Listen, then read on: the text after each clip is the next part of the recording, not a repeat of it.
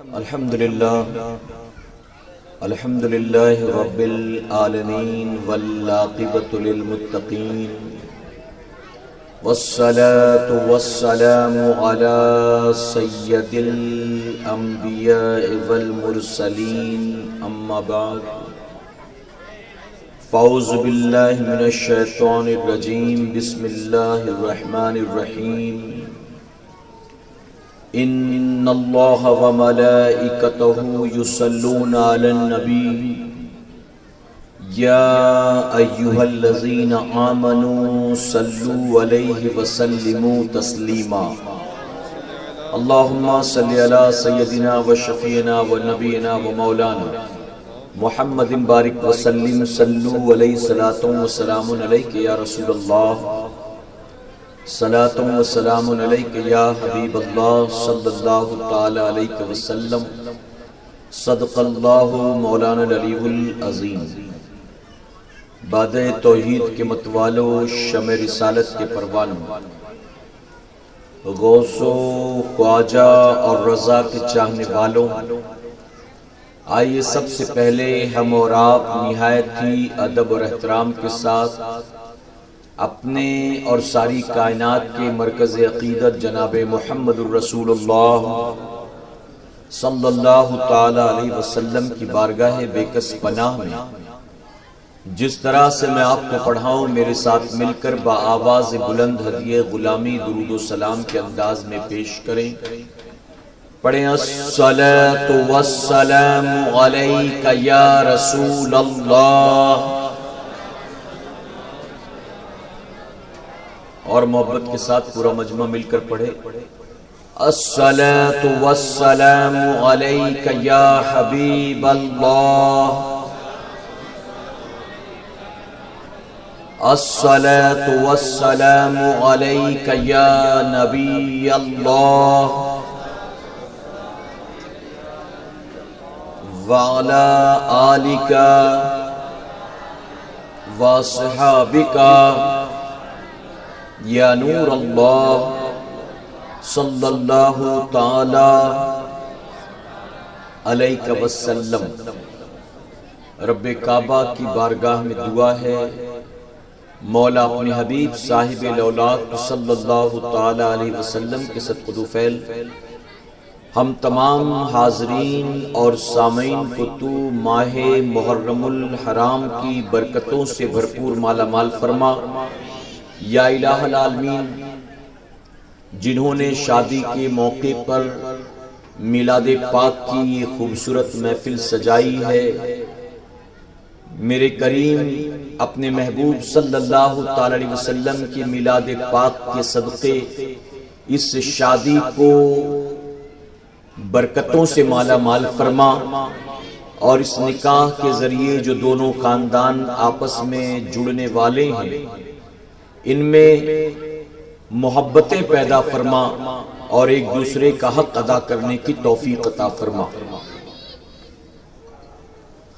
میرے پیارے آقا علیہ الصلوۃ والتسلیم کے پیردیوانوں، جیسا کہ آپ نے سنا کہ نکاح کے موقع پر یہ خوبصورت محفل منعقد کی گئی ہے، تو آج نکاح اور شادی ہی کے موضوع پر انشاءاللہ میں کچھ باتیں آپ کی گوش گزار کروں گا، اس نیت کے ساتھ کہ رب تبارک تعالی ہمیں اور آپ کو ان باتوں کو سمجھ کر ان پر عمل کرنے کی توفیق عطا فرمائے۔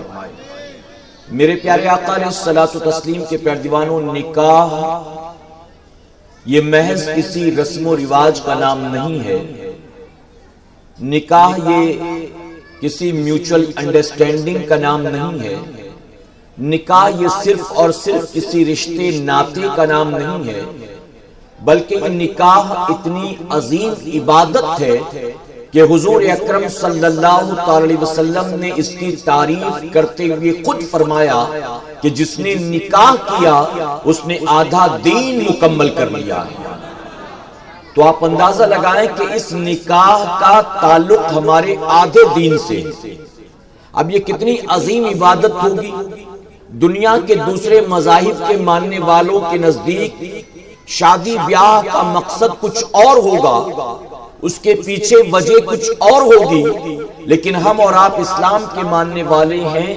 ہمارے اور آپ کے نزدیک نکاح یہ محض رسم و رواج نہیں بلکہ ایک عظیم عبادت کا نام ہے۔ اور میرے پیارے آقا علیہ الصلوۃ والتسلیم کے پیروانوں، آپ اندازہ لگائیں کہ یہ کتنی عظیم عبادت ہے کہ 1,24,000 40,000 کم و بیش انبیاء سوائے عیسیٰ علیہ السلام کے تمام نبیوں نے میرے آقا کی سنت پر عمل فرمایا۔ سوائے عیسیٰ علیہ السلام کے سارے نبیوں نے نکاح کیا۔ عیسیٰ علیہ السلام فرمایا گیا کہ نکاح سے پہلے ہی آسمان پر اٹھا لیے گئے، قیامت کے قریب وہ جب زمین پر آئیں گے تو نکاح کر کے وہ بھی میرے آقا کی اس عظیم سنت مبارکہ پر عمل فرمانے والے ہیں، نکاح بھی کریں گے اور ان کے یہاں اولادیں بھی ہوں گی۔ میرے پیارے آقا علیہ الصلوۃ والتسلیم کے پیروانوں، اگر آپ تاریخ پلٹ کر دیکھیں تو آپ کو پتا چلے گا کہ ایک انسان سے دوسرے انسان کے درمیان کوئی اور رشتہ سب سے پہلے وجود میں نہیں آیا ہے، بلکہ دو انسانوں کے درمیان، ایک مرد اور ایک عورت کے درمیان جو سب سے پہلا رشتہ وجود میں آیا ہے وہ رشتہ میاں بیوی کا رشتہ کہ رب تبارک تعالیٰ نے جنت میں ہمارے باپ آدم علیہ السلام کو اپنے دست قدرت سے پیدا فرمایا۔ آدم علیہ السلام تھے جنت میں، آپ جانتے کہ جنت میں کسی نعمت کی کمی نہیں، لیکن اس کے باوجود وہ اکیلا پن محسوس کرتے تھے۔ ان کا ہم جنس کوئی نہیں تھا، فرشتے تھے، لیکن ان کا کوئی ایسا نہیں تھا جس سے اپنا پن محسوس ہوتا۔ تو آدم علیہ السلام جنت کی نعمتوں میں تھے لیکن پھر بھی اکیلا پن محسوس کرتے تھے، لونلینس فیل کرتے تھے۔ تو رب تبارک تعالیٰ نے آدم علیہ السلام کی اس تنہائی کو دور کرنے کے لیے آپ ہی کی بائیں پسلی سے ماں حوا کو پیدا فرما دیا۔ اور آپ جانتے کہ جب آدم علیہ السلام سو رہے تھے اس حالت میں آپ کی بائیں پسلی سے ماں حوا کو پیدا کیا گیا، اور اسی درمیان آپ کے اندر شہوت کی صفت رکھ دی گئی۔ جب آپ نے آنکھیں کھولنے کے بعد حضرت حوا کو اپنی آنکھوں کے سامنے دیکھا تو آپ آگے بڑھ کر جناب حوا کو چھونا چاہتے تھے۔ رب تبارک تعالیٰ نے فرمایا کہ آدم رک جاؤ، تم حوا کو ہاتھ نہیں لگا سکتے ہو، اگر تم حوا کو چھونا چاہتے ہو تو تمہیں سب سے پہلے ان سے نکاح کرنا پڑے گا۔ تو آدم علیہ السلام عرض کرتے کہ مولا تو میرا ان کے ساتھ نکاح کرا دے۔ تو رب تبارک تعالیٰ نے فرمایا کہ آدم اگر تم حوا سے نکاح کرنا چاہتے ہو تو تمہیں حوا کا مہر ادا کرنا پڑے گا۔ آپ عرض کرتے مولا تو بتا حضرت حوا کا مہر کیا ہے؟ تو رب تبارک تعالیٰ نے فرمایا کہ آدم جب جنت میں تیرے جسم میں میں نے روح پھونکی تھی تو نے آنکھ کھولا تھا، اس وقت تو نے جنت کے درختوں پر، درختوں کے پتوں پر، عرش کے پایوں پر میرے نام کے ساتھ جس محمد کا نام لکھا دیکھا تھا صلی اللہ علیہ وسلم، تو اسی پر 7 مرتبہ درود شریف بھیج دے۔ بعض لوگوں نے 3 مرتبہ لکھا، بعض لوگوں نے 11 مرتبہ لکھا۔ رب نے فرمایا کہ آدم تو میرے اسی محبوب پر درود شریف بھیج دے، تیرا یہ درود بطور مہر قبول کر لیا جائے گا اور اسی کے عوض تیرا حوا سے نکاح کرا دیا جائے گا۔ اب یہاں پر کئی باتیں معلوم۔ سب سے پہلی چیز تو یہ توجہ ہے نا آپ کی، سب سے پہلی چیز تو یہ ہے کہ ہمارے باپ حضرت آدم علیہ السلام ماں حوا کو چھونا چاہتے تھے تو رب نے فرمایا کہ جب تک نکاح نہ ہو کوئی ایک مرد دوسری عورت کو ہاتھ لگانے کی اسے اجازت نہیں، یعنی کوئی غیر محرم کو ہاتھ نہیں لگا سکتا، اجنبیہ کو چھو نہیں سکتا، اس سے منع کیا گیا۔ اب جب بتائیں کہ ہمارے باپ جو تمام انسانوں کے باپ ہیں ان کو روکا گیا کہ جب تک نکاح نہ ہو جائے اے آدم تم حوا کو نہیں چھو سکتے ہو.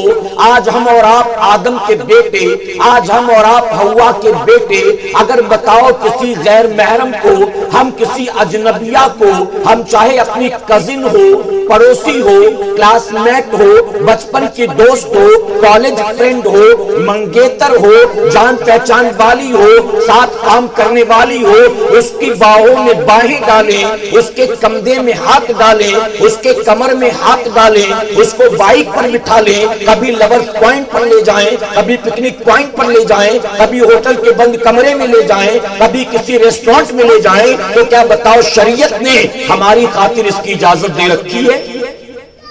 جب ہمارے باپ آدم علیہ السلام کو رب نے روکا تو گویا ان کے ذریعے رب نے قیامت تک کے لیے اس پر پابندی لگا دی کہ جب تمہارے باپ کو اجازت نہیں تو تمہیں اجازت کب ہو سکتی ہے, تمہیں اجازت کب ہو سکتی ہے؟ پتہ چلا کہ جو لوگ یہ کر رہے ہیں گویا وہ اللہ کی نافرمانی کر رہے ہیں, اور جو لوگ اس طریقے پر ہیں گویا وہ اپنے باپ آدم علیہ السلام کے طریقے کو چھوڑے بیٹھے, ورنہ شریعت نے تو اس کی اجازت نہیں دی, مولا نے اس کی اجازت نہیں دی. اسی طرح سے پتہ چلا کہ نکاح کے لیے مہر کا ادا کرنا ضروری ہے. توجہ ہے نا, نکاح کے لیے مہر کا ادا کرنا ضروری. میرے پیارے آقا علیہ الصلوۃ والتسلیم کے پیروانوں, آج ہم دنیا کے تمام تام جھام پر زیادہ توجہ دیتے ہیں لیکن مہر کی طرف توجہ دیتے نظر نہیں آتے. ہم تو لڑکی والوں سے کہتے یہ بھی چاہیے, یہ بھی چاہیے, یہ بھی چاہیے, یہ بھی چاہیے, اور اگر مہر کے طور پر وہ 11,000 مانگ لیں تو سارے بارات والوں کا منہ لٹک جاتا ہے. سب کا اتنا مانگ رہے 11,000 روپیہ مہر, پاگل ہو گئے, پاگل ہو گئے. 11,000 روپیہ تم نے جو ڈیمانڈ کیا اس کی کوئی ویلیو نہیں, تم نے جو یہ وہ مانگا اس کی کوئی ویلیو نہیں, اور انہوں نے اگر مہر کے طور پر 11,000 کہہ دیا تو ناک منہ چڑھ جاتا ہے, چہرہ سرخ ہو جاتا ہے, غصہ آ جاتا ہے. میرے پیارے آقا کے پیروانوں, سب سے پہلی چیز تو یہ سمجھ لیں مہر طے کرنے کا حق لڑکے والوں کو نہیں ہے, بلکہ مہر کتنا ہوگا یہ فیصلہ لڑکی والے کریں گے, اور وہ بھی لڑکی والوں سے مراد لڑکی ڈیسائیڈ کرے گی. لڑکی, یہاں تو لڑکے والے خود یہ بھی فیصلہ کر لیتے ہیں, یہ بھی فائنل خود ہی کر لیتے ہیں کہ کام کرو 786 روپے رکھ لو مہر, یا بہت دل بڑا کیا تو کہتے ہیں ٹھیک ہے کام کرو 1100 روپے مہر رکھ لو. 1100. کسی نے مجھ سے 2-3 بار سوال پوچھا کہ اگر کسی شوہر نے اپنی بیوی سے مہر کی رقم واپس لی تجارت کے لیے, اور تجارت میں اس نے لگایا, کمایا منافع, اب وہ بیوی کو مہر ہی کی رقم واپس کرے یا منافع میں بھی اس کا کچھ حصہ ہوگا؟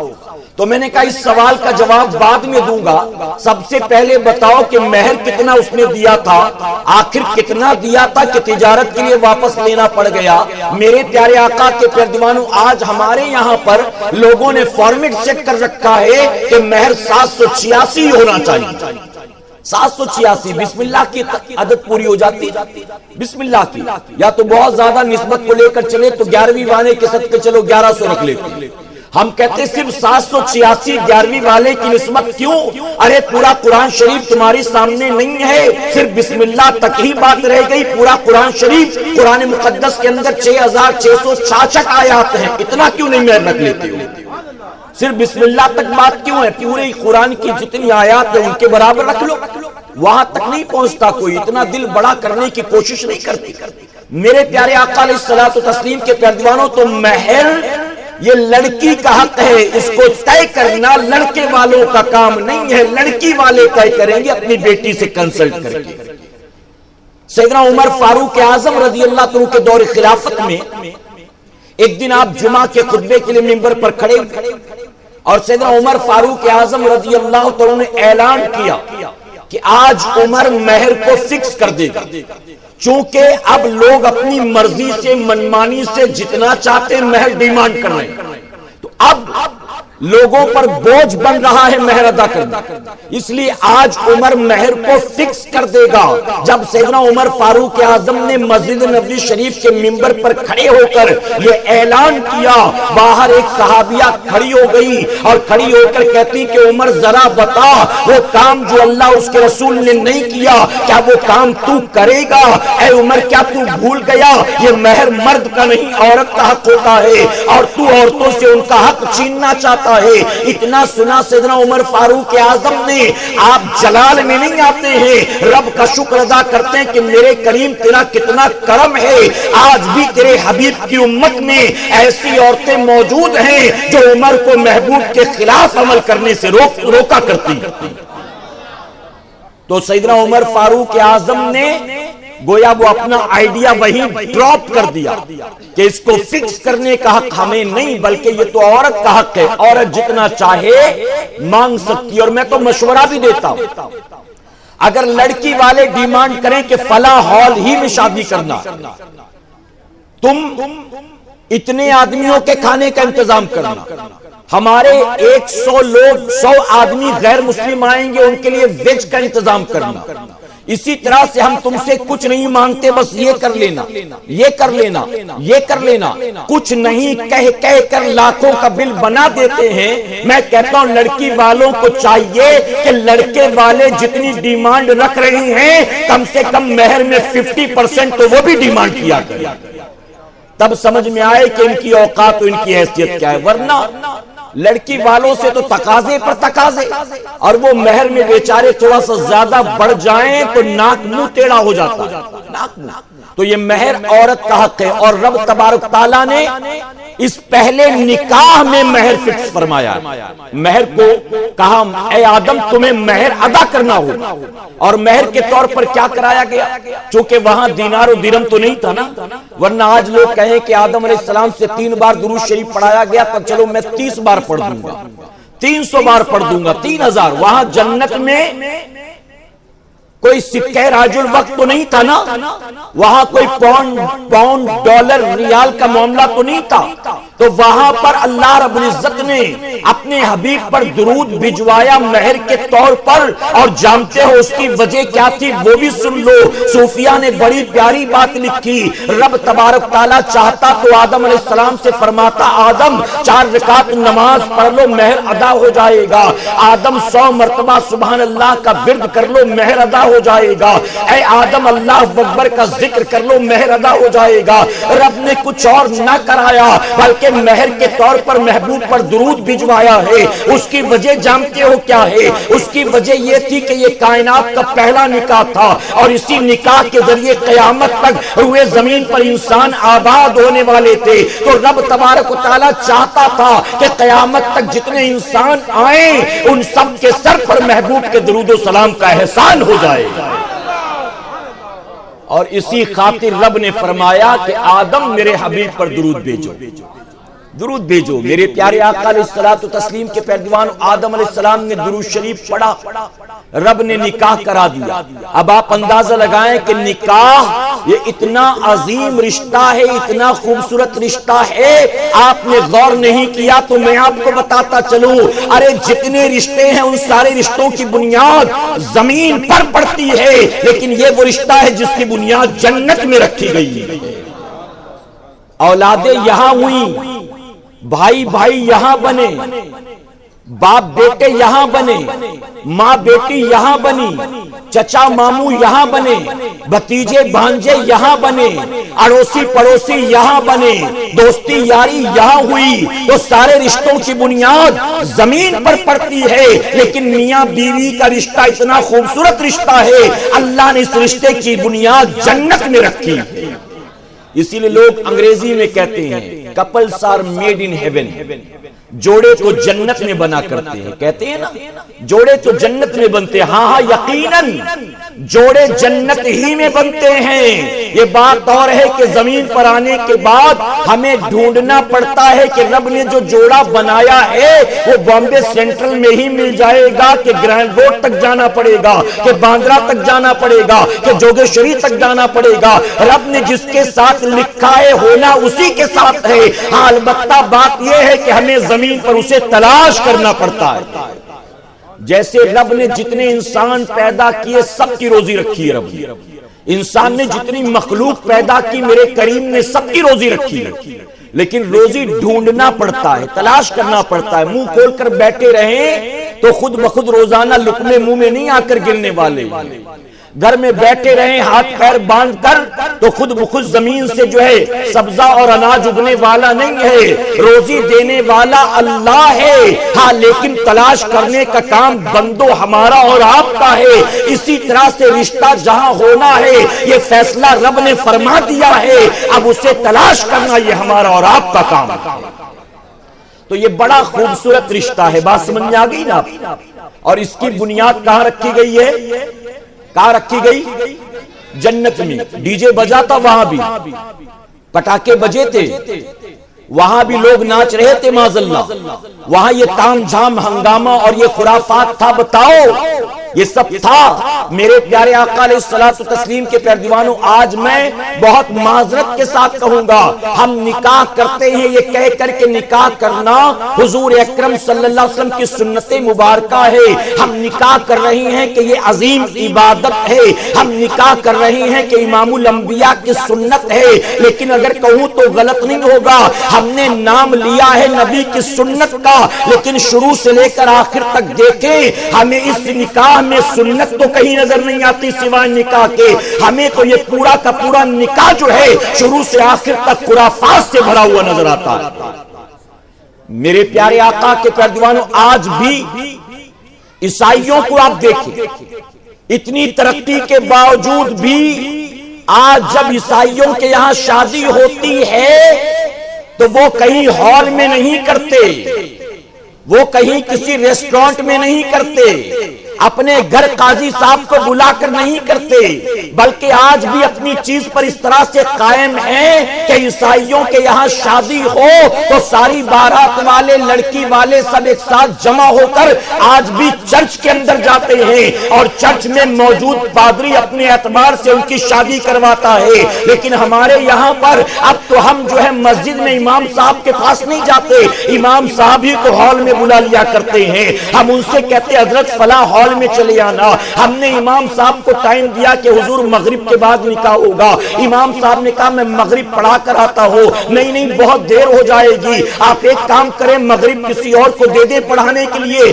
آپ جلدی آ جائیے گا چونکہ بارات دور سے آنے والی ہے۔ اب امام صاحب بھی بیچارے آپ کی دعوت پر مغرب سے پہلے آ کر بیٹھ گئے، اپنی نماز انہوں نے ہال ہی کے اندر ادا کر لی، یا بغل میں کوئی مسجد ہوئی تو وہاں جا کر ادا کر لی، اس کے بعد بیٹھے ہوئے ہیں کہ اب بارات آئے تو نکاح پڑھاؤ، اب بارات آئے تو نکاح پڑھاؤ، اب بارات آئے تو نکاح پڑھاؤ۔ عجیب المیہ ہے، عیسائیوں کے یہاں ان کا پادری بارات کا انتظار نہیں کرتا، ساری بارات پادری کا انتظار کرتی ہے۔ لیکن ہم اور آپ کیسے دین سے دور ہو گئے ہیں، ہم نے قاضی کو بلا لیا، ہم نے مسجد کے امام کو بلا لیا، ان کو بلا کر بٹھا دیا، اور وہ بیٹھے ہوئے سب کا انتظار کر رہے ہیں فلاں آ جائے، فلاں آ جائے، فلاں آ جائے۔ اے سرکار مدینہ علیہ الصلوۃ والتسلیم کے پیروانوں، عیسائیوں نے ترقی کی لیکن بنیاد پر آج بھی قائم ہے، اپنے طریقے کو انہوں نے آج بھی نہیں چھوڑا ہے، اور ہم اور آپ جو ہے اپنے طریقے کو کب کا چھوڑے بیٹھے ہیں، جبکہ آقا نے فرمایا وہ نکاح سب سے بہتر ہے جو مسجد میں پڑھایا جاتا ہے، مسجد میں۔ اور بہت سے لوگ اگر مسجد میں نکاح پڑھا بھی رہے تو کیا کرتے ہیں، صبح 10, 11, 12 بجے یا ظہر کے بعد مسجد میں نکاح پڑھا لیا، اور اس کے بعد ریسیپشن ہال میں ہو رہا ہے، اس کے بعد ریسیپشن، اور جب ریسیپشن ہال میں ہوتا ہے، ریسیپشن جب ہال میں ہوتا ہے تو کیا ہوتا ہے، پھر ولیمہ جو ہے وہ نہیں کرتے، بلکہ نکاح ہو گیا مسجد میں، اور شام کو لڑکا لڑکی والے دونوں ملا جلا کر ایک ہی دعوت میں معاملہ نپٹا دیتے۔ جبکہ میرے پیارے آقا علیہ الصلوۃ والتسلیم کے پیروانوں، اگر آپ غور کریں تو پتہ چلے گا ولیمہ کرنا میرے آقا کی سنت مبارکہ ہے، نکاح والے دن نہ کھلاؤ پلاؤ کوئی مسئلہ نہیں، کوئی پکڑ نہیں ہے، کوئی زیادتی نہیں ہے، کوئی وعید نہیں ہے، لیکن ولیمے کے لیے میرے آقا نے تاکید فرمائی ہے، اور میرے آقا صلی اللہ علیہ وسلم نے یہاں تک تاکید کی ہے کہ ولیمے میں اگر کچھ نہ ہو لوگوں کو جمع کر کے کم سے کم ایک بکری ہی ذبح کر کے کھلا دیا کرو، سمجھے؟ اور وہ کیونکہ آقا کی سنت ہے۔ جناب عبد الرحمن ابن عوف رضی اللہ تعالیٰ عنہ چند دنوں کے بعد حضور کی خدمت میں آئے، توجہ ہے نا آپ کی، تو آپ کے کپڑوں پر ہلدی کا رنگ لگا ہوا، اور بعض روایتوں میں آتا ہے کہ آپ کے جسم سے خوشبو آ رہی تھی، تو حضور اکرم صلی اللہ علیہ وسلم نے فرمایا کہ عبد الرحمن بن عوف آخر یہ ہلدی کا رنگ، یہ پیلا رنگ کیوں، یا یہ خوشبو جو آ رہی ہے اس کی وجہ کیا ہے؟ تو عرض کرتے یا رسول اللہ صلی اللہ علیہ وسلم، اے آقا میں نے نکاح کر لیا، کہیں محبت سے، آقا میں نے نکاح کر لیا۔ عرض کرتے آقا میں نے نکاح کر لیا۔ اب ذرا سوچو کہ مدینے کے رہنے والے ہیں، آقا کے غلام ہیں، اور مدینہ کوئی 20 25 40 50 کلومیٹر کا نہیں تھا، بلکہ اس وقت تو مدینہ شریف بہت چھوٹی جگہ تھی، تقریباً 1.25 کلومیٹر میں پورا مدینہ شریف تھا، یا بعض لوگوں نے کہا آدھا پونا کلومیٹر تک مدینہ شریف پھیلا ہوا تھا، اتنے ہی دائرے کے اندر رہتے ہیں، لیکن آپ نے نکاح کیا، حضور اکرم صلی اللہ علیہ وسلم کو خبر بھی نہ ہوئی، اور جب آقا کو پتا چلا آقا نے کوئی شکایت بھی نہ کی، اے عبد الرحمن یہ تو نے کیسے کیا، تو نے نکاح کیا مجھے بلایا نہیں، ابو بکر کو بتایا نہیں، عمر کو دعوت دی بھی نہیں، نہیں آقا نے کوئی شکوہ شکایت نہیں کی، بلکہ آقا فرماتے بہت بہت مبارک ہو، اللہ برکت عطا فرمائے، تو نے نکاح کر لیا ہے، اب تجھے ولیمہ کرنا چاہیے، اب تو ولیمہ کر، اگرچہ ایک بکری ہو۔ آقا اس لیے نہیں کہہ رہے تھے کہ نکاح میں ہمیں کھانے پینے نہیں ملا اس لیے ولیمہ کرتا کہ کھانے کو ملے، نہیں، آقا گویا اس کے ذریعے بتانا چاہتے تھے اگر تمہارے پاس کچھ نہ ہو ولیمہ کرنے کو، ایک بکری ہی کا انتظام کر لو، کہ ولیمہ کرنا امام الانبیاء کی سنت مبارکہ۔ آج اچھا حضور نے کوئی شکایت نہیں کی، اور کسی صحابی نے بھی کھڑے ہو کر شکایت نہیں کی، عبد الرحمن تو نے ہمیں بلایا نہیں، ہم نے تو تجھے کئی بار بلایا تھا، تو نے ہمیں بلایا نہیں، اب ہم تجھے بھی نہیں بلائیں گے، کسی نے کوئی شکوہ شکایت نہیں کی۔ آج اگر دعوت دیتے دیتے کوئی ایک آدھ رہ جائے تو ذرا دیکھو، زندگی بھر کے تانے، زندگی بھر کی باتیں، زندگی بھر کے جھگڑے، جان بوجھ کر نہیں بلایا ہوگا، ہم نے کیا اس کا بگاڑا تھا، اس کو بلا لیا، اس کو بلا لیا، ہم سے اتنی قریبی دوستی تھی، ہم کو نہیں بلایا، طرح طرح کی باتیں۔ اور آج تو وہ دن آ گیا کہ کسی کو فون پر دعوت دے دو تو ناراض ہو جاتا ہے، کہ باقیوں کو تو کارڈ بانٹے اور مجھے فون پہ دعوت دے رہا ہے، باقیوں کو تو بلا بلا کے کارڈ دیا، ان کے گھر جا جا کر کارڈ دیا، اور مجھے فون پر دعوت دے رہا ہے، مجھے ضرورت نہیں جانے کی، میں نہیں جاتا، میں اتنا فری نہیں ہوں، میں اتنا گھر بیٹھا نہیں ہوں کہ فون پر بلا لے اور میں چلے جاؤں اس کی شادی میں نہیں جاتا۔ تو آج ہم نے، اگر کہوں تو غلط نہیں ہوگا، شادی، نکاح حضور اکرم صلی اللہ علیہ وسلم کی خوبصورت سنت مبارکہ تھی، ہم نے اور آپ نے اس کو آج ایک بوجھ بنا کر رکھ دیا ہے معاذ اللہ، ہم نے اور آپ نے آج اس کو ایک مصیبت بنا کر رکھ دیا ہے معاذ اللہ۔ اگر ہم 100% اس سنت مبارکہ کو سنت کے مطابق نبھائیں گے، ہم دیکھیں یقیناً شادی خانہ آبادی کا سبب بن جائے گی۔ ہم اگر سنت کے مطابق شادی کریں گے، اللہ یقیناً پوری زندگی اس شادی میں برکتیں عطا فرمائے گا۔ میرے پیارے آقا کے پیارے دیوانوں، حضور اکرم صلی اللہ علیہ وسلم نے اپنے صحابی جناب ابو ہریرہ رضی اللہ عنہ کو نصیحت فرمائی کہ ابو ہریرہ، جب دنیا میں لوگ نکلتے ہیں رشتہ تلاش کرنے کے لیے، جب دنیا میں لوگ نکلتے ہیں رشتہ ڈھونڈنے کے لیے، تو ابو حنیفہ، اے ابو ہریرہ، لوگ 3 چیزیں دیکھتے، 3 چیزیں، وہ سب سے پہلے حسن و جمال دیکھتے، سب سے پہلے دیکھتے لڑکی خوبصورت ہے کہ نہیں ہے، لڑکی گوری ہے کہ نہیں ہے، لڑکی کا ناک نقشہ کیسا ہے، قد کاٹھی کیسی ہے، جسم کی رنگت و بناوٹ کیسی ہے، بال کتنے لمبے اور گھنے ہیں۔ آقا فرماتے سب سے پہلے دنیا والے حسن و جمال دیکھا کرتے ہیں، اس کے بعد مال دیکھا کرتے ہیں، اس کا باپ کتنا پیسے والا ہے، ہمارے باراتیوں کو کھلا سکتا ہے صحیح سے کہ نہیں کھلا سکتا، اپنی بیٹی کو کچھ دینے کی طاقت و حیثیت رکھتا ہے کہ نہیں رکھتا۔ آقا فرماتے مال دیکھتے ہیں، اس کے بعد حسب و نسب دیکھا جاتا ہے، کس خاندان سے تعلق رکھتے ہیں، کون سے مکان میں رہتے ہیں۔ اس طرح سے آقا فرماتے ابو ہریرہ جب دنیا والے نکلتے ہیں تو تین چیزیں دیکھتے ہیں، تو یہ تین چیزیں بعد میں دیکھنا، تو دینداری سب سے پہلے دیکھنا۔ اگر لڑکی دیندار ہو تو بسم اللہ کرنا، اگر لڑکا دیندار ہو تو بسم اللہ کرنا۔ اور یاد رکھنا جو دنیا کے تین فارمولوں کی بنیاد یہ دنیا نے جو طے کیا ہے معاملہ، اس اعتبار سے اگر ڈھونڈو گے تو یقیناً شادی میں برکت نہیں ہوگی، اور دنیا والوں کے طریقے کو چھوڑ کر جناب محمد الرسول اللہ صلی اللہ تعالی علیہ وسلم کے فرمان کے مطابق رشتہ ڈھونڈو گے۔ اے مسلمانوں، لڑکی خوبصورت اگرچہ کم ہو، لڑکی زیادہ پڑھی لکھی نہ ہو، باپ زیادہ پیسے والا نہ ہو، اونچی کوٹھیوں میں نہ رہتی ہو، بڑا عالی شان خاندان و حسب نسب نہ ہو، اس کے باوجود لڑکی نماز کی پابند ہو، پردے کی پابند ہو، تلاوت قرآن مقدس کی پابند ہو، اپنے ماں باپ کی عزت کرتی ہو، چار لوگوں میں بیٹھنے کی تمیز و شعور ہو، بڑوں کی عزت کرتی ہو، چھوٹوں پر شفقت کرتی ہو، سر پر دوپٹہ ہو، چہرے پر پردہ ہو، ایسی لڑکی مل جائے تو بسم اللہ کرنا۔ اگرچہ مال و دولت نہیں لائے گی، لیکن آقا فرماتے ہیں اگر لڑکی دیندار ہوگی تو دیندار لڑکی آنے کے بعد گھر کو جنت کا نمونہ بنا دیتی۔ آج گھر مہابھارت کا میدان کیوں بنا ہوا؟ آج گھر مہابھارت کا میدان لڑائی جھگڑے مار پیٹ کھینچا تانی کیوں ہے؟ اس کی وجہ کہ آقا نے جو طریقہ دیا رشتہ ڈھونڈنے کا، ہم نے اس کو فراموش کیا، اور ہم اسی طرح ڈھونڈ رہے ہیں جیسے دنیا دار ڈھونڈا کرتے، جیسے دنیا دار۔ میں تو یہ بھی کہتا ہوں آج دوپٹے لینے والیاں تین طرح کی، توجہ ہے نا، دوپٹے لینے والیاں تین طرح کی۔ ایک تو وہ ہے جو دوپٹہ سر پر لیتی نہیں، دوپٹہ ہے تبرکن ساتھ میں لیکن گلے میں ہوتا ہے، صرف گلے میں دوپٹہ ہوتا ہے، سر پر دوپٹہ نہیں ہوتا۔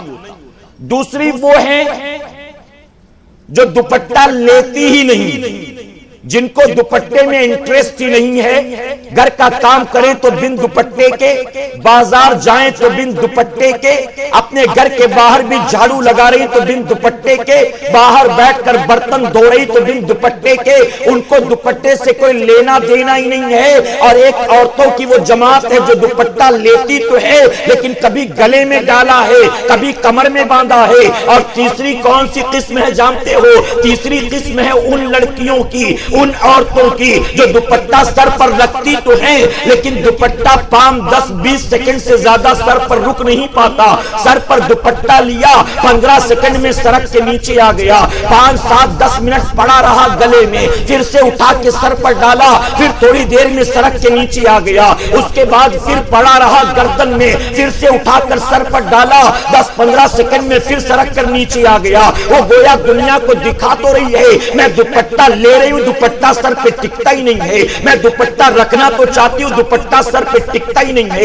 اے مسلمانوں یاد رکھنا، میں اپنی بہنوں سے کہوں گا، اپنی ماؤں سے کہوں گا، اپنی قوم کے نوجوانوں سے کہوں گا، تم رشتہ تلاش کرنے کے لیے جب نکلنا، حسن و جمال نہ دیکھنا، دنیا کا مال نہ دیکھنا، حسب و نسب و خاندان نہ دیکھنا، اونچی کوٹھیاں مکان و بنگلے نہ دیکھنا، اس کے باپ کے پاس کتنا بینک بیلنس ہے نہ دیکھنا، کس کالج میں جاتی ہے، کون سے اسکول میں پڑھی ہے نہ دیکھنا، انگریزی بول لیتی ہے کہ نہیں بول لیتی نہ دیکھنا، پارلر میں آتی جاتی ہے مت دیکھنا، آئی برو بنواتی ہے کہ نہیں بنواتی مت دیکھنا، لپسٹک لگاتی ہے، نیل پالش یوز کرتی ہے کہ نہیں کرتی مت دیکھنا۔ میں کہتا ہوں اے مسلمانوں، اگر تم نے دنیا داروں کی طرح اپنے بیٹے کے لیے بہو ڈھونڈا ہے، اپنے بھائی کے لیے تم نے بھابھی ڈھونڈی ہے، اگر بھانجے بھتیجے کے لیے تم نے بہو ڈھونڈا ہے، تو یاد رکھنا وہ لڑکی لڑکی آنے کے بعد آپ کے سارے معاشرے کو تباہ برباد کرنے والی ہے، آپ کے سارے گھر کے ماحول کے تباہ برباد کرنے والی ہے۔ اور میں کہتا ہوں لڑکیوں کو اپنے گھر بیاہ کر ہرگز کبھی نہ لانا جن سے 2-2.5 میٹر کا دوپٹہ سنبھالا نہیں جاتا۔ ارے جو 2-2.5 میٹر کا دوپٹہ آج نہ سنبھال سکے، جب بیاہ کر گھر لاؤ گے آپ کا گھر کیا وہ خاک سنبھال پائے گی؟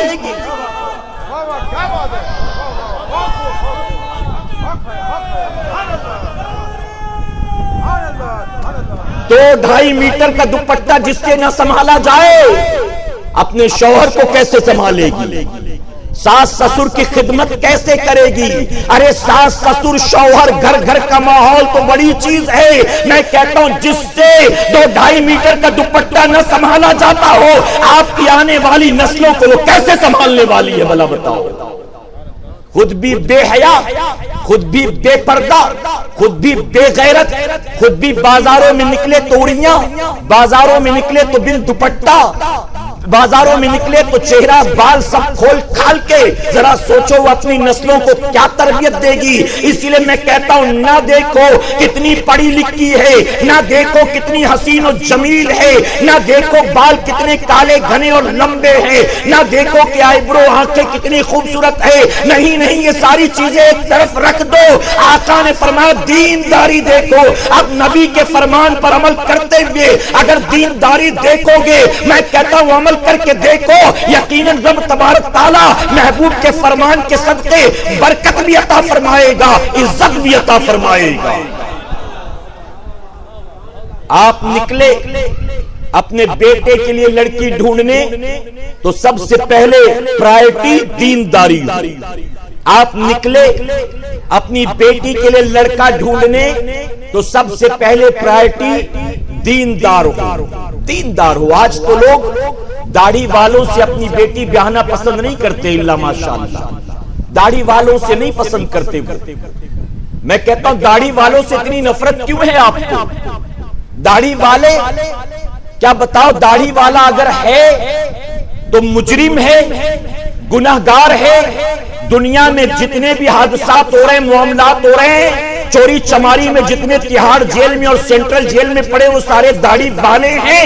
میں کہتا ہوں داڑھی والوں سے اتنی نفرت کیوں ہے؟ اور اپنی بیٹیوں کے لیے اگر داڑھی والے پسند نہیں کرتے، اگر اپنی بہن کے لیے داڑھی والے پسند نہیں کرتے، اپنی بھتیجی بھانجی کے لیے داڑھی والے پسند نہیں کرتے، میں کہتا ہوں تم داڑھی والوں کو ریجیکٹ کر رہے ہو۔ تم گویا معاذ اللہ داڑھی والوں کو ریجیکٹ کر کے یہ بتاتے ہو ہمیں داڑھی والے پسند نہیں ہیں، تو ہم داڑھی والوں کو دیکھ کر تمہارے دل میں نفرت پیدا ہوتی ہے۔ جس امام الانبیاء کا تم نے کلمہ پڑھا ہے، بتاؤ وہ داڑھی رکھنے والے تھے کہ داڑھی منڈانے والے تھے؟ غوث اعظم کی محبتوں کے دعوے، کیا بتاؤ عبد القادر جیلانی کسی داڑھی منڈے آدمی کا نام تھا معاذ اللہ؟ غریب نواز کی چھٹی منانے والوں، کیا غریب نواز کسی داڑھی منڈانے والے کا نام تھا معاذ اللہ؟ یہ جن سے محبتوں کے دعوے کرتے ہو وہ سب تو نبی کی سنتوں کے عامل تھے۔ تم ان سے محبت کے دعوے کرو، اور ایک نبی کی سنت کا عامل اگر تمہاری بیٹی سے نکاح کرنا چاہے تو اس کا رشتہ لینے کو تیار نہیں ہو، رشتہ کرنے کو۔ اور آج تو عجیب معاملہ، عجیب معاملہ۔ محرم کے مہینے میں اہل بیت کی محبتوں کے دعوے، امام حسین سے محبت کے دعوے، حضرت زینب سے محبت کے دعوے، خاتون جنت سے محبت کے دعوے۔ ایک ماں نے رشتہ دیکھا، لڑکی خوبصورت، پڑھی لکھی، سمجھدار، دیندار، سب کچھ ہونے کے باوجود کہتی کہ معاف کرنا میں اپنے بیٹے سے اس کی شادی نہیں کرا سکتی۔ تو جو رشتہ لے کر آیا تھا اس نے کہا آپ نے جیسا کہا تھا ڈھونڈ کر ویسا رشتہ نکالا میں نے، سب کچھ جو آپ کی شرطیں تھی وہ ساری پائی جاتی اس بچی میں، پھر کیوں نہیں قبول آپ کو؟ تو جانتے ہو ماں کیا کہتی؟ ماں کہتی کہ ہاں میں نے جو کچھ کہا تھا اس لڑکی میں وہ ساری خوبیاں، لیکن پھر بھی میں نہیں کر سکتی، اس کی وجہ کہ لڑکی جو ہے سید ہے، یہ لڑکی سید ہے، اس لیے میں سید کی بیٹی اپنے گھر نہیں لا سکتی ہوں معاذ اللہ۔ ذرا سوچے، سید ہے اس لیے میں اپنی اسے بہو نہیں بنا سکتی ہوں۔ میں کہتا ہوں کیسی اہل بیت سے محبتوں کے دعوے ہیں۔ اگر کسی سیدہ کا رشتہ آتا ہے، کسی غریب سیدہ کا رشتہ آتا ہے، تم انکار کر دیتی ہو اور کہتی ہو کہ نہیں ہم نہیں کریں گے کیونکہ لڑکی سید ہے، ہم لوگ شیخ ہیں، ہم لوگ خان ہیں، ہم لوگ پٹھان ہیں، ہم لوگ میمن ہیں، ہمارا تعلق فلاں برادری سے ہے، ہم سید کی بیٹی نہیں لا سکتے ہیں۔ میں کہتا ہوں نبی سے محبتوں کے دعوے کرتے ہو، لیکن جب نبی کی شہزادی آپ کے بیٹے کے نکاح میں آنے والی ہو تو اسے لانے سے انکار کرتے ہو۔ بتاؤ آخر کیا پرابلم ہے، آخر کیا وجہ ہے کہ تم سید زادی سے اپنے بیٹے کا نکاح کرانا پسند نہیں کرتے؟ وجہ کیا؟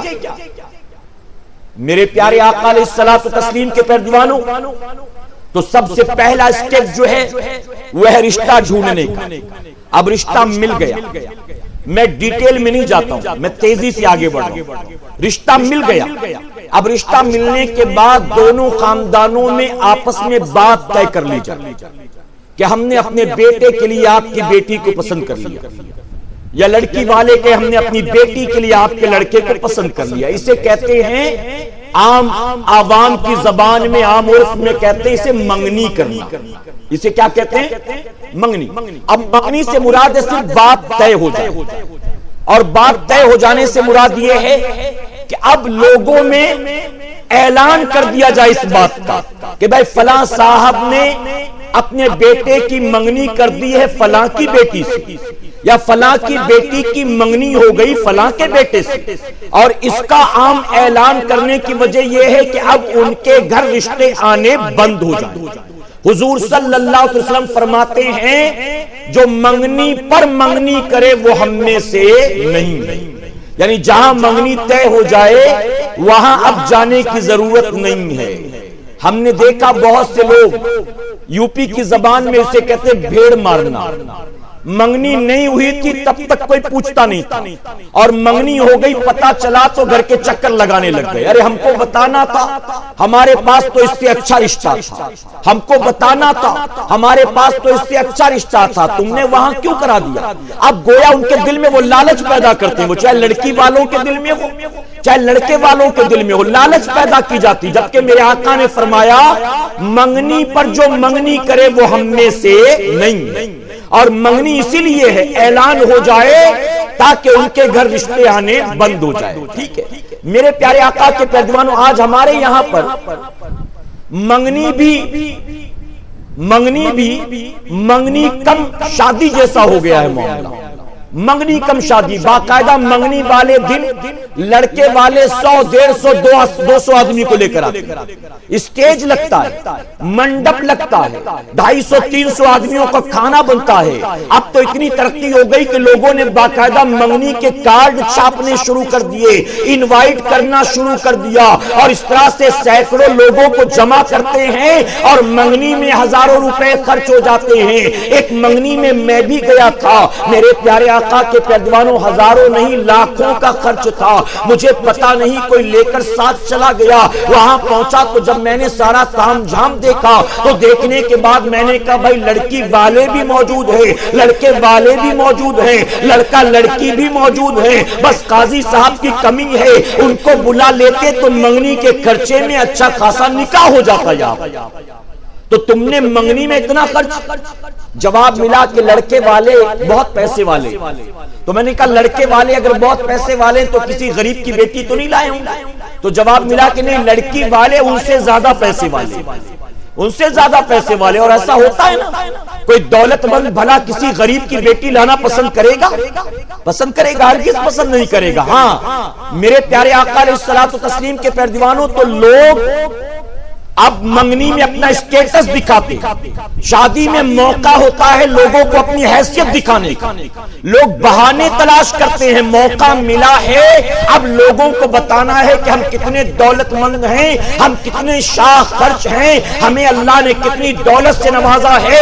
اور جانتے ہو میں پوری ذمہ داری کے ساتھ کہوں گا، وہ جو اپنے گھر ہونے والی شادیوں میں آنکھ بند کر مسکراتے ہوئے لاکھوں روپے خرچ کر دیتے ہیں، ان سے کسی یتیم کے لیے مانگا جائے تو جیب سے پیسے نہیں نکلتے، کسی بیوہ کی مدد کے لیے مانگا جائے تو جیب سے پیسے نہیں نکلتے، اگر کسی غریب کی بیٹی کے لیے مانگا جائے تو جیب سے پیسے نہیں نکلتے، اگر کسی غریب بوڑھے کے آپریشن کے لیے مانگا جائے تو ان سے جیب سے نہیں نکلتے۔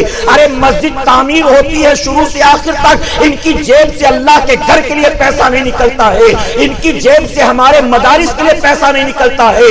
اپنے گھر ہونے والی شادیوں میں مسکراتے ہوئے لاکھوں خرچ کر دیں گے، اللہ کی راہ میں 100 روپیہ دینے پر ان کی جان پر بناتی ہے۔ اور میں کہتا ہوں سنو، وہ جن کی کمائیاں حرام کی ہوتی ہے انہی کے پیسے حرام میں لگتے ہیں، اللہ ان کے پیسے حلال راستوں میں قبول نہیں کرتا۔ اور جن کی محنت کی گاڑی کمائی ہوتی ہے، حلال کی کمائی ہوتی ہے، اپنی شادیوں میں فضول خرچ نہیں کرتے، اگر خرچ کرنے کا دل ہوتا بھی ہے تو دل کھول کر وہ اللہ کی راہ میں خرچ کیا کرتے۔ میں کہتا ہوں آج منگنی میں ہم نے اتنا خرچ بڑھا دیا، اتنا خرچ بڑھا دیا ہے کہ اگر وہی منگنی کا خرچہ ہم جیسے کسی کے ہاتھ میں دے دیا جاتا تو جتنے پیسے میں تیری بیٹی کی منگنی ہوئی تھی اتنے پیسے میں ہم چند غریب بچیوں کے ہاتھ پیلے کر دیتے، چند غریب بچیوں کے گھر بس جاتے اسی پیسے میں جتنے میں تیری بیٹی کی منگنی ہوئی۔ اور یہ منگنی ہو، نکاح ہو، یہ سارا کا سارا بوجھ لڑکی والوں کے سر پر ہوتا ہے۔ بتائیے غلط تو نہیں کہہ رہا ہوں؟ سارا بوجھ، اور کتنا بوجھ جانتے ہیں؟ لڑکی والوں کو تو اتنا دبایا جاتا ہے، اتنا دبایا جاتا ہے، اتنا دبایا جاتا ہے کہ شادی کے دن دولہا جو سوٹ پہن کر آتا ہے اس سوٹ کا پیسہ بھی لڑکی والوں سے وصولا جاتا ہے کہ اس کا پیسہ بھی لڑکی والے دیں گے۔ غلط تو نہیں کہہ رہا میرے بھائی؟ اس کا پیسہ بھی۔ میں کہتا ہوں لڑکی والے سوٹ کا پیسہ نہ دیتے تو کیا کرتا؟ چڈی بنیان میں آتا، ایسے ہی چلا آتا، تم نے پیسے نہیں دیے ہم تو ایسے ہی لائیں گے اپنا بیٹا، ایسا کرتے؟ ہم کہتے اچھا ٹھیک ہے، شادی کے دن سوٹ پہنا ہے، نکاح حضور کی سنت اور تو نے پہنا سوٹ بوٹ، یہ کس کا طریقہ ہے بتا؟ یہ کس کا طریقہ؟ یہ تو عیسائیوں کا طریقہ، یہ تو یہودیوں کا طریقہ۔ آپ نے کسی عیسائی کو دیکھا کہ وہ شادی کے موقع پر کرتا پیجامہ پہنتا ہو، امامہ نہیں تو کم سے کم ٹوپی پہنتا ہو؟ آپ نے کسی عیسائی کو دیکھا ہے؟ آپ نے نہیں دیکھا ہوگا۔ آپ نے کسی یہودی کو دیکھا ہے کرتا پیجامہ پہن کر شادی کرتے ہوئے؟ آپ نے نہیں دیکھا ہوگا۔ ہم کہتے ہیں کہ جب یہود و نصارہ اپنی شادیوں میں اپنے طریقے کو اپناتے ہیں، ہم کیوں محتاج و مجبور بنے ہیں؟ چلے ہیں آقا کی سنت پر عمل کرنے، اور لباس ان کا پہنا ہے جو آقا کے دشمن ہیں اور مسلمانوں کے ساتھ اسلام کے بھی دشمن ہیں۔ کہتے کیا کرے؟ امی نے کہا تھا سوٹ پہننا، امی کی خواہش تھی سوٹ، میں نے کہا امی کو پہنا دیتا۔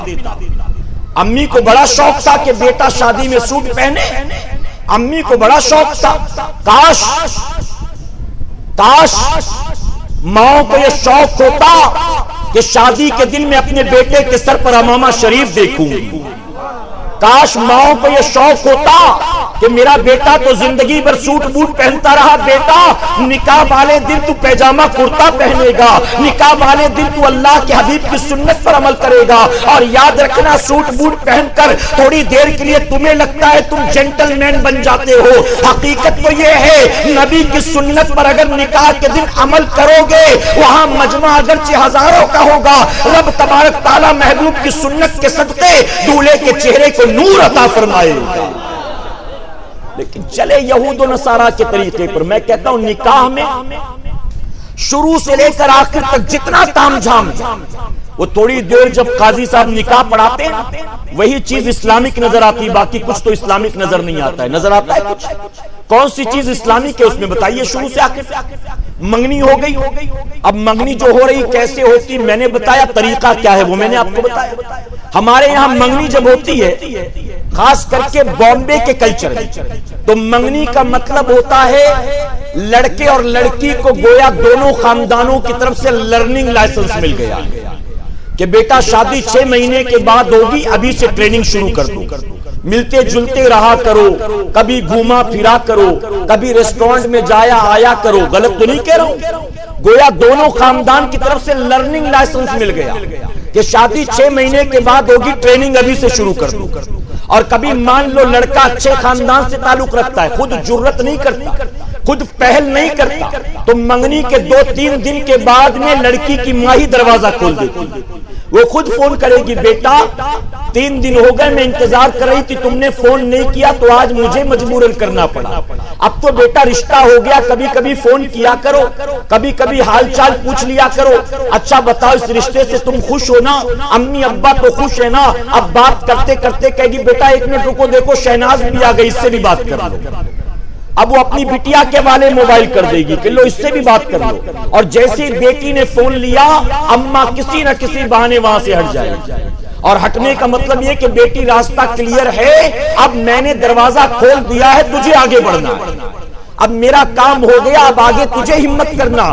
اب بیٹی کیا کرتی ہے؟ بیٹی پھر کہتی امی کو پریشان مت کرنا، ڈائریکٹ میرا نمبر لے لو۔ اب ڈائریکٹ میرا نمبر، غلط تو نہیں کہہ رہا میرے بھائی؟ یہ خرافات عام ہے، یہ برائیاں ہماری سوسائٹی میں عام ہے۔ میں کہتا ہوں شریعت نے اس کی اجازت دی ہے، نکاح کرنے چلے ہو نبی کی سنتوں کے خلاف عمل کرتے ہیں معاذ اللہ، نکاح کرنے چلے سنت سنت سنت کہہ کر اور اس سنت کی آڑ میں شریعت کا جنازہ نکال رہے ہو معاذ اللہ۔ اے مسلمانوں، شادیوں میں برکت کیوں نہیں ہوتی ہے؟ آج جب لڑکا لڑکی شادی سے پہلے ہی ایک دوسرے کے ساتھ گھومنے پھرنے ملنے جلنے رکھتے ہیں تو بتاؤ اس نکاح میں برکت کہاں سے ہوگی؟ حضور اکرم صلی اللہ علیہ وسلم نے فرمایا بیوہ سے نکاح کرنا میرے آقا کی سنت ہے، طلاق شدہ سے نکاح کرنا میرے آقا کی سنت ہے۔ ہم کہتے ہیں ہاں بیوہ سے نکاح کرو نبی کی سنت ہے، اللہ برکت دے گا، طلاق شدہ سے نکاح کرو اللہ کے حبیب کی سنت ہے، اللہ برکت دے گا، لیکن 6 مہینے تک بیوہ اور طلاق شدہ سے نین مٹکا کر کے گھما پھرا کر کھلا پلا کر پھر نکاح کرنا یہ سنت نہیں ہے، بلکہ سنت کے نام پر معاذ اللہ کھلواڑ و تماشا بنا رکھا۔ یہ جو 6 مہینہ حرام کاریاں کی ہے کیا اللہ قیامت میں پکڑ نہیں کرے گا؟ جب پکڑا گیا تو کہتا بیوہ ہے نا میں نکاح کرنے والا ہوں، طلاق شدہ ہے نا میں نکاح کرنے والا ہوں۔ جب پکڑا گیا تو ہم کہتے ہیں ہاں طلاق شدہ بیوہ سے نکاح نبی کی سنت، لیکن یہ 6 مہینہ جو گھما پھرا رہا تھا یہ تو شیطان کا طریقہ ہے نا، یہ تو شیطان مردود کا جس پر اللہ اور اس کے فرشتوں کی لعنت۔ تو یہ طریقہ تو نے کہاں سے سیکھ لیا؟ میرے پیارے آقا علیہ الصلوۃ والتسلیم کے پیارے دیوانوں، لڑکا لڑکی آپس میں ملتے جلتے ہیں، تم کون سے ٹائم پہ نکلتی ہو؟ میں یہ ٹائم پہ نکلتا ہوں، تم بس سٹاپ پہ کھڑے رہنا، میں بائک لے کر آتا ہوں، پھر پک اپ ڈراپ فیسلٹی شروع ہو جائے گی، پھر کالج میں لڑکی ایکسٹرا لیکچر کے نام پر لڑکے کے ساتھ گھومنا پھرنا شروع کر دے گی۔ اتنے خرافات میں کیا کیا آپ کو گناؤں، اگر میں کہوں تو غلط نہیں ہوگا۔ نکاح ہونا ہے 1 سال کے بعد میں، ابھی 2 سال کے بعد میں لڑکی والوں نے کہا میری بیٹی کا گریجویشن ہو جائے پھر نکاح کرانا، لڑکے والوں نے کہا میرے بیٹے کی نوکری لگ جائے پھر نکاح کریں گے۔ 2 سال 1 سال کی مہلت دی گئی ہے، لیکن نکاح 2 سال کے بعد ہوگا، لیکن 2 سال تک گھومتے پھرتے رہے، نکاح کے بعد جو ہونا تھا اب وہ سارا کا سارا منگنی کے بعد ہی ہو چکا ہوتا۔ غلط تو نہیں کہہ رہا ہوں، کوئی الزام تو نہیں لگا رہا ہوں میں جبرن۔ میرے پیارے آقا کے پیارے دیوانوں، شاید آپ نہ مانیں لیکن ہمارے پاس کئی ایسے کیسز آتے، کئی ایسے کیسز، اور یاد رکھنا بہت سی منگنیوں میں دیکھا گیا کہ لڑکے گھمانے پھرانے کھلانے پلانے کے بعد ہوٹل کے بند کمرے تک لے جاتے ہیں، اپنی ضروریات پوری کرنے کے بعد اسے دودھ میں سے مکھی کی طرح نکال کر پھینک دیتے ہیں، پھر اس لڑکی سے ٹال مٹول ملنے جلنے میں بہانے بازی کرنا شروع کر دیتے ہیں۔ وہ یہ کہتے ہیں کہ جب میری ساری ضرورتیں پوری ہو چکی ہیں تو اب کیا ضرورت ہے اس سے نکاح کرنے کی، اب کوئی نئی لڑکی تلاش کی جائے۔ اپنے ماں باپ سے کلیئرلی کہہ دیتے ہیں کہ امی مجھے اس پر بھروسہ نہیں ہے، وہ کیریکٹر لیس معلوم دیتی ہے، میرے ساتھ بآسانی ہوٹل کے کمرے میں آ گئی، پتہ نہیں مجھ سے پہلے کالج میں کتنے کے ساتھ گئی ہوگی، میں اس سے شادی نہیں کر سکتا ہوں، مجھے اس پر بھروسہ نہیں ہے۔ اگر لڑکے کی ماں ڈانٹتی ہے، لڑکے کا باپ ڈانٹتا ہے، وہ لڑکا کہتا ہے مجھے تو نہیں کرنا ہے، تم کو کرنا ہے تم کر لو، میں تو نہیں کروں گا۔ اور ہوتا یہ ہے کہ اس طرح سے منگنیاں ٹوٹ جاتی ہیں، پھر لڑکی اپنی قسمت پر روتی بیٹھی ہوتی ہے۔ میں کہتا ہوں وہ لڑکی جس کو 2 سال اس کے منگیتر نے گھمایا پھرایا ہو اور پھر اٹھا کر پھینک دیا ہو، اب وہ لڑکی بھلا کون اپنے گھر بیاہ کر لے جانا پسند کرے گا بتاؤ؟ میرے پیارے آقا کے پیارے دیوانوں، ہم اور آپ مغرب کے کلچر میں نہیں جی رہے ہیں، یہ فورن اور مغرب کی دنیا کا معاملہ ہے کہ وہاں پر 18 سال 19 سال کی جوان لڑکی اپنے گھر کسی دوست کو لے کر آتی، اپنے ماں باپ سے تعارف کراتی اور کہتی ہے کہ یہ آج کے بعد میرا لیونگ پارٹنر، آج کے بعد میرے بیڈ روم میں یہ میرے ساتھ رہے گا، ہماری میوچل انڈرسٹینڈنگ ہو گئی، ایک دوسرے کو 2 مہینہ 3 مہینہ ساتھ رہ کر ہم سمجھ جائیں گے تو شادی کر لیں گے، اور اگر انڈرسٹینڈنگ نہ ہوئی تو ہم الگ الگ ہو جائیں گے۔ ماں کچھ بولنے کی ہمت نہیں کرتی، باپ کچھ بولنے کی جرت نہیں کرتا، اس کی وجہ کہ ماں باپ اگر مخالفت کریں وہی لڑکی 911 پر کال کر کے پولیس والوں کو بلاتی ہے، اور پولیس والے آنے کے بعد ماں باپ کو دھمکاتے ہیں تمہاری لڑکی 18 سال کی ہو گئی ہے، اب وہ عاقل و بالغ ہو چکی ہے، اب اس کی زندگی کے فیصلے کرنے کا حق اسے ہے، تمہیں کوئی حق حاصل نہیں ہے، اب وہ جس کے ساتھ چاہے رہ سکتی ہے، جس کے ساتھ چاہے زندگی گزار سکتی ہے، آج کے بعد تم انٹرفیئر مت کرنا، اگر تم نے کیا تو تم دونوں کو اندر کر دیا جائے گا۔ ماں باپ خاموشی سے اپنی بیٹیوں کے ناجائز رشتوں کو مجبوراً تسلیم کر لیتے ہیں، اور نتیجہ یہ ہوتا ہے کہ مغرب کی اس دنیا میں، مغرب کی اس سوسائٹی میں بہت سے ایسے بچے پیدا ہوتے ہیں جن بچوں کو ماں کا نام تو معلوم ہوتا ہے، اپنے باپ کا نام معلوم نہیں ہوتا۔ اسلام نے اس کی اجازت نہیں دی ہے، اسلام نے منع کیا ہے، یہاں تک کہ منگنی کے بعد لڑکا لڑکی ایک دوسرے کے لیے ایسے ہی اجنبی ہیں جیسا کہ منگنی سے پہلے وہ ہوا کرتے تھے۔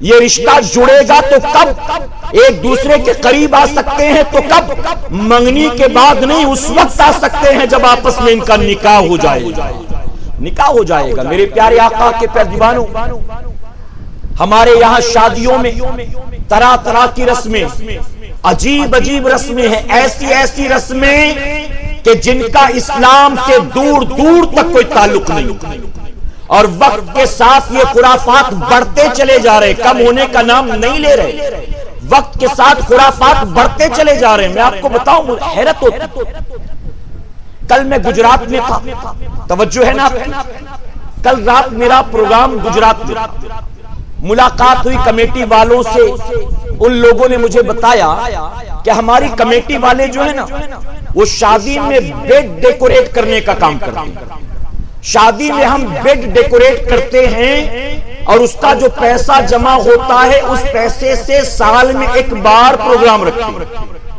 اور اس سال ہم نے آپ کو بلایا تقریر کرنے کے لیے۔ میں تو سمجھ نہیں پایا شادی میں بیڈ ڈیکوریٹ کرنے کا مطلب کیا ہوتا ہے، پھر تھوڑی دیر کے بعد انہوں نے ایکسپلین کیا تو مجھے سمجھ میں آئی بات۔ ذرا سوچیں، ایسی ایسی چیزیں لوگوں نے بنا رکھا ہے جس کا دین سے کوئی تعلق ہی نہیں، تعلق ہی نہیں، معاذ اللہ۔ شادی ہو رہی ہے، اس کے لیے باقاعدہ جو تام جام ہے تو ہیں، رات وہ دولہا دلہن کس بستر پر گزاریں گے، اب اس بستر کو ڈیکوریٹ کرنے میں بھی ہزاروں روپے خرچ ہونے لگ گئے۔ اس بستر پر کیا غیرت کی بات نہیں ہے، شرم کی بات نہیں کہ 5 جوانوں کو بلایا جائے کہ یہاں بیڈ تیار کرو، یہ بیڈ ڈیکوریٹ کرو۔ معاذ اللہ، میری بیٹی شادی کی پہلی رات یہاں گزارنے والی ہے، یا میرا بیٹا شادی کی پہلی رات دلہن کے ساتھ یہاں گزارنے والا ہے۔ معاذ اللہ ثم معاذ اللہ۔ اے سرکار مدینہ علیہ الصلوۃ والتسلیم کے پیروانوں، میں کہتا ہوں کہ اگر نکاح کرنا آقا کی سنت ہے، اس کو مکمل طور پر شریعت و سنت کے دائرے میں رہتے ہوئے کرو، اور پھر دیکھو رب تبارک تعالیٰ ہر قدم پر کیسے برکتیں عطا کرتا ہے، آنے والی نسلوں کی زندگی کو اللہ کیسے سنوارتا ہے۔ اگر ہم نے نکاح جیسی عظیم سنت میں خرافات کو شامل کر لیا تو یقیناً نہ دولہے والے خوش رہ سکتے ہیں اور نہ دلہن والے خوش رہ سکتے ہیں۔ ایک بزرگ نے اپنے بیٹوں سے کہا، میرے بیٹوں، توجہ ہے نا آپ کی، میں نے تم پر جو احسان کیے، میرے احسان کو کبھی بھولنا مت۔ بچوں نے کہا کہ ابا کیسی بات کر رہے ہیں، ہم اتنے احسان فراموش تو نہیں کہ ہم آپ کے احسان کو بھولیں۔ آپ نے ہمیں نام دیا، آپ نے ہمیں پہچان دیا، آپ نے ہمیں کھلایا پلایا، پروان چڑھایا، آپ نے پڑھایا لکھایا، تعلیم و تربیت دی، ہمارے پیٹ میں جو غذا ہے آپ نے کھلایا ہے، جس پر جو لباس ہے وہ آپ نے پہنایا ہے، آپ کے احسانات ہم کیسے بھول سکتے ہیں؟ تو بزرگ نے کہا بیٹا ان احسانات کی میں بات نہیں کرتا جو تمہاری پیدائش کے بعد میں نے تم پر کیے ہیں، میں تو اس احسان کی بات کرتا ہوں جو تمہاری پیدائش سے پہلے میں نے تم پر کیا۔ ان بچوں نے کہا کہ ابا جب ہم پیدا ہی نہیں ہوئے تھے آپ نے ہم پر اس وقت کون سا احسان کیا، آپ کیسے احسان کی بات کرتے ہو؟ تو جانتے ہو کیا جواب دیا تھا بزرگ نے؟ بزرگ فرماتے ہیں کہ میں چاہتا تھا کسی خوبصورت لڑکی سے نکاح کروں، میں چاہتا تھا کسی حسین و جمیل کو بیاہ کر اپنے گھر لے آؤ، میں چاہتا تھا وہ گوری چٹی ہو، میں چاہتا تھا وہ لمبی چوڑی ہو، میں چاہتا تھا کہ حسن و جمال والی ہو، لیکن میں نے اپنے من کی مرضی کو مارا ہے، اپنے نفس کو قربان کیا ہے، اور میں نے صرف تمہارے اور تمہارے لیے ایک دیندار لڑکی سے نکاح کیا، اور دیندار سے نکاح میں نے اس لیے کیا اگر میں خوبصورت حسین و جمیل لاؤں گا اس میں مجھے اچھا لگے گا، اور اگر میں دیندار لڑکی سے بیاہ کروں گا اللہ تبارک تعالیٰ اس کی دینداری کے صدقے آنے والی نسلوں کو بھی دیندار بنا دے گا۔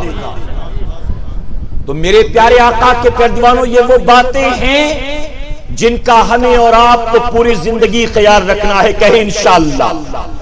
آج ہماری شادیوں میں ڈی جے بج رہا ہے، میں کہتا ہوں یہ ڈی جے کہاں سے اٹھا کر لائے ہوا؟ یہ 3-3 4-4 دن تک معاذ اللہ ڈی جے بج رہا ہوتا ہے۔ اگر کوئی ہمارا بھائی کوئی ہماری بہن کوشش بھی کرے کہ ہم میلاد پاک کی محفل کر لیں گے، ہم اپنے گھروں میں نوری محفل منعقد کریں گے، ہم ڈی جے وغیرہ نہیں بجائیں گے، ہم خرافات اور بے برکتی شیطانی کام نہیں کریں گے، تو رشتہ دار ہی آ کر کہتے ہیں، اڑوسی پڑوسی ہی آ کر کہتے ہیں شادی کا گھر ہے کہ میت کا گھر ہے سمجھ میں نہیں آ رہا ہے۔ اگر شادی کا گھر ہے تو کچھ ہنگامہ بھی ہونا چاہیے، اگر شادی کا گھر ہے تو کچھ ناچ گانا بھی ہونا چاہیے۔ اس طرح سے گویا لوگ آتے ہیں اور آمادہ کرتے ہیں کہ شادی ہے تو تام جھام و ہنگامہ و شور گل ہونا چاہیے۔ اے سرکار مدینہ کے پیروانوں میں کہتا ہوں اگر آپ نے شادی سادگی کے ساتھ کیا، آپ نے اپنے گھر میں ہونے والے نکاح کو عین آقا کی سنت کے مطابق کیا، کوئی شیطانی کام و خرافات نہ ہوا، لوگوں نے آنے سے انکار کر دیا، لوگ ناراض ہو گئے اور نہیں آئے، آتے ہوں نہ آتے ہوں کوئی فرق نہیں پڑتا، اگر آپ نے آقا کی عین سنت کے مطابق اپنے گھر میں نکاح کیا ہے، آنے والے نہ آئے، اللہ آپ کے گھر میں اپنی رحمت کے فرشتے اتارے گا، رحمت کے فرشتے آئیں گے، اس نکاح میں برکتیں ہوں گی، نہ آئیں شیطانی فطرت والے نہ آئیں۔ میرے پیارے آقا کے پیارے دیوانوں ہمیں ہمارا اپنا ذاتی تجربہ، اگر کہیں تقریر ہو رہی ہو 10 بجے کا پرمیشن، 10:30 ہو گئے، 11:15 ہو گئے، 11 ہو گئے، لوگ کال کرنا شروع کرتے ہیں، بار بار پولیس والے آنے لگتے ہیں۔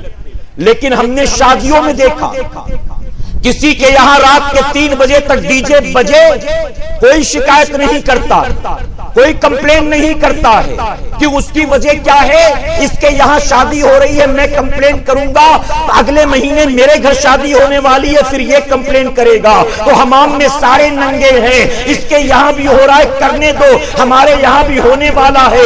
ارے ہم نے دیکھا اگر حضور کے میلاد پاک کی محفل ہو، لوگ فون کر کے چاہتے ہیں ان محفلوں میں رکاوٹیں پیدا کرنا، ان محفلوں کو بند کروانا، اور شادیوں کے موقع پر اگر رات کے 2, 2:30, 3 بجے تک کسی کے دروازے پر ہجڑے ناچ رہے ہو تو اس کو روکنے کی کوئی مسلمان جرات نہیں کرتا۔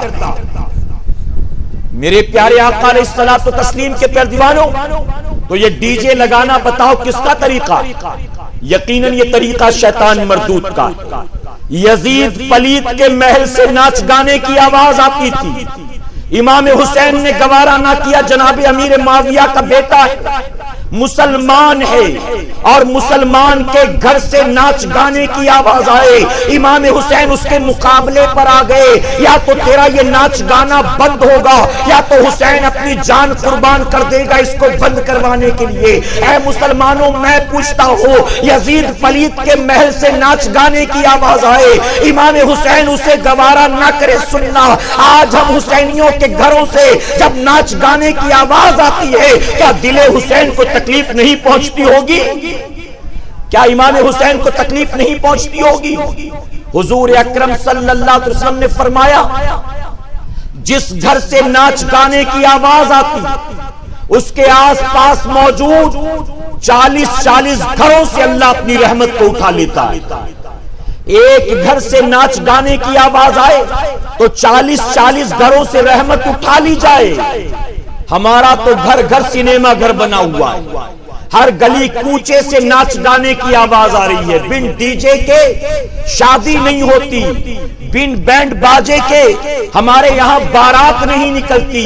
اے سرکار مدینہ علیہ الصلوۃ والتسلیم کے پیارے دیوانوں, اگر واقعی آپ حضور اکرم صلی اللہ علیہ وسلم کی سنتوں سے محبت کرتے ہیں, آج طے کر لیں اب ہمارے گھر شادیاں ہوں گی آقا کی سنت کے مطابق ہوگی, شیطان کے طریقے کے مطابق نہیں ہوگی. کہیں انشاءاللہ. ہلدی کریں, شریعت نے منع نہیں کیا, اجازت ہے, لیکن اس کو کیسے کریں پہلے اس کو بھی سمجھ لیں آپ. یہ جو ہم کرتے ہیں نا یہ طریقہ نہیں ہلدی کا. ایک لڑکی بھاگ رہی ہے گلی میں, 3 لڑکے دوڑائے ہوئے, ہم نے سوچا دنگے فساد ہو گئے, جھگڑے ہو گئے, کیا ہوا؟ کہتے نہیں ایسی کوئی بات نہیں, ہلدی مہندی کھیل رہے. لڑکی بھاگی جا رہی ہے, 3 لڑکے دوڑائے اس کو کہ پکڑے تو چہرے پہ ہلدی لگائے, پکڑے تو اس کے جسم پر ہلدی ملے. معاذ اللہ یہ طریقہ ہے ہلدی کا. اور سن لے یہ طریقہ بھی نہیں ہے کہ دولہے کو جو چڈی پہنا کر بٹھا دیتے گھر کے بیچوں بیچ, ایک پیر اماں نے پکڑا ہے, دوسرا خالہ نے پکڑ رکھا ہے, پیٹھ پہ ممانی مل رہی ہے, اور ایک ہاتھ چچی نے پکڑا, ایک ہاتھ بہن نے پکڑا. یہ طریقہ بھی صحیح نہیں ہے. ختم کرو یہ ساری چیزیں, غلط رسمیں ہیں یہ. لڑکے کو لگانے کی اجازت ہے لیکن شرط ہے, چونکہ زینت مرد کے لیے حرام ہے, اس لیے کہا گیا دولہے کو لگایا جائے اگر ہلدی تو زینت کی نیت سے نہ لگائیں, بلکہ اس کے جسم میں خوشبو پیدا ہو جائے, صفائی پیدا ہو جائے, اس نیت سے لگانا درست ہے. زینت کی نیت سے نہیں کہ چمک اٹھے گا اس کو ہلدی لگا دیں گے, نہیں. دلہن کو لگانے کی اجازت, لیکن دلہن کو لگائیں تو ان کو کیسے لگایا جائے؟ دلہن کو بھی اس طرح سے نہیں کہ سطر کھول کر بٹھا دیا گیا, اڑوس پڑوس کی عورتیں جمع ہو گئی. عجیب طریقہ. دلہن کو ہلدی لگتی ہے پہلے ابا کو بلاتے ہیں, میں نے سنا ایسا کہ ابا سے کہتے ہیں کہ پہلے آپ لگائیے گا, پھر بھائیوں کو بلایا جاتا ہے کہ تم بھی تھوڑا تھوڑا لگا دو, تمہاری بہن دلہن بننے والی. تو میرے پیارے آقا کے پیارے دیوانوں, لڑکے کو عورتیں نہیں لگا سکتی, اسی طرح دلہن کو مرد نہیں لگا سکتے ہیں. اعلیٰ حضرت عظیم البرکت فرماتے ہیں کہ اگر لڑکا عاقل و بالغ ہو جائے تو بلا ضرورت کے ماں بھی اپنے بیٹے کے جسم کو ہاتھ نہیں لگا سکتی ہے. تو جو خالہ پیر پکڑ کر بیٹھی ہیں, بتاؤ کیا اجازت ہوگی؟ کبھی یا تو چڈی پہنا ہوتا ہے یا تو لنگی بھی پہنی تو اس کو موڑ کر جانگ وغیرہ ساری کھلی. اللہ اکبر, شرم کرو, شرم کرو.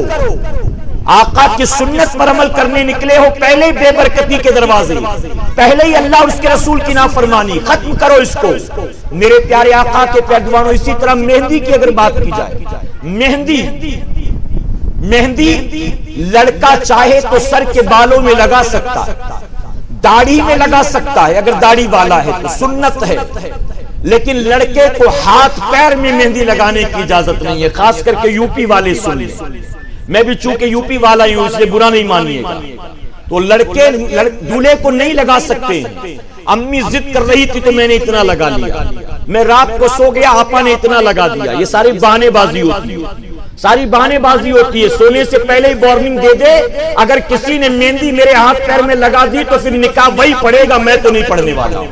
پھر کہاں اماں جرت کرے گی بتاؤ, پھر کہاں بہن ہمت کرے گی بتاؤ. اگر پہلے ہی وہ دھمکا دے کہ کوئی میرے ہاتھ پیر میں مہندی لگانا نہیں, اگر کسی نے لگا دیا تو خیر نہیں, صبح تو کوئی نہیں لگانے والا. ہاں دلہن کو لگائیں, لگا سکتے, کوئی ممانعت نہیں ہے. ہاں آج تو اے سرکار مدینہ کے پیارے دیوانوں, بس آخری بات اسی پر گفتگو کو ختم کروں گا. آج مہندی کے نام پر ہزاروں روپے خرچ کیے جاتے ہیں.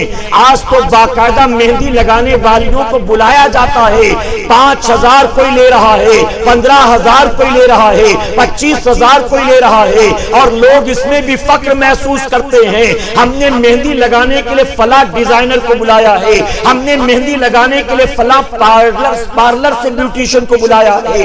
اس طرح سے صبح 8 بجے سے مہندی لگانے کا کارکرم شروع ہوتا ہے, شام کو 6-7 بجے تک مہندی لگانے والی ہاتھ پیر میں مہندی لگاتی رہتی ہے, 6-7 بجے تک مہندی لگتی رہتی ہے, اور اس کے بعد جب مہندی کا کارکرم مکمل ہو گیا, اب مہندی لگانے والی کہتی ہے اتنی دیر تک میں نے لگایا ہے, اب تو اس کو صبح 7 بجے تک سنبھالنا, اس کو سوکھنے مت دینا, اس کو آپس میں ملنے مت دینا, یہ کیمیکل میں دیے جاتی ہو, جب سوکھے تو تھوڑی تھوڑی دیر میں اس کو گیلا کرتے رہنا. میں کہتا ہوں اس کے سارے طریقے پر عمل کیا جاتا ہے. گویا 12, 14, 15 گھنٹے تک ہاتھ پیر میں, 24 گھنٹے تک ہاتھ پیر میں مہندی لگانے کا انتظام کیا جاتا ہے.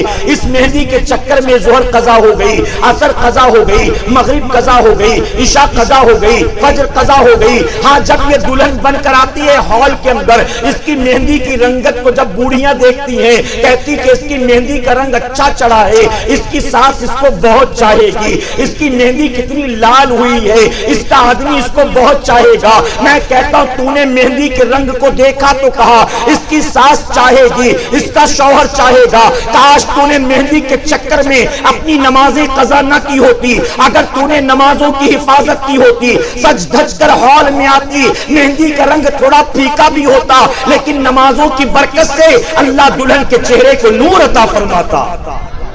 دیکھنے والیاں کہتی ہم نے دلہن تو بہت دیکھی, لیکن ایسا نور پہلی بار کسی دلہن کے چہرے پر دیکھا, تو اس کی فکر نہیں ہے مہندی کا رنگ زیادہ گاڑھا ہونا چاہیے.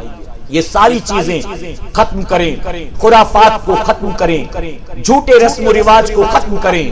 نکاح حضور کی سنت, عظیم عبادت, سنت کے مطابق, اسلامی طریقے کے مطابق اس کو عمل میں لانے کی کوشش کریں. اللہ رب العزت ہمیں آپ کو سب کو کہنے سننے سے زیادہ عمل کی توفیق عطا فرمائے. درمیان گفتگو مجھ سے جانے انجانے میں کسی طرح کی غلطی خامی رہ گئی, آپ سب کو گواہ بنا کر سچے دل سے توبہ کرتا ہوں. رب میری توبہ قبول فرمائے اور ہماری محفل کو قیامت میں ہمارے لیے, ہمارے والدین کے لیے بخشش اور نجات کا ذریعہ بنائے.